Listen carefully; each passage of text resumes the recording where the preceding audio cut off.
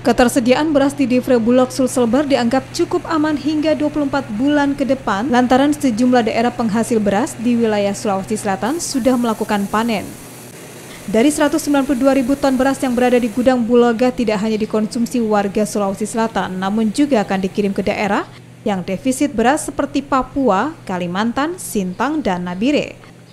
Setiap wilayah dikirimkan 1.000 ton beras. Hingga saat ini, Bulog Sulselbar mengalami surplus beras.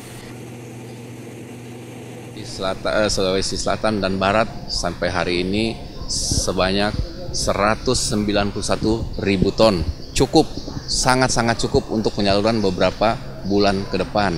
Bahkan kita masih melakukan penyebaran stok ke daerah defisit seperti daerah timur, daerah Papua, kemudian Kalimantan.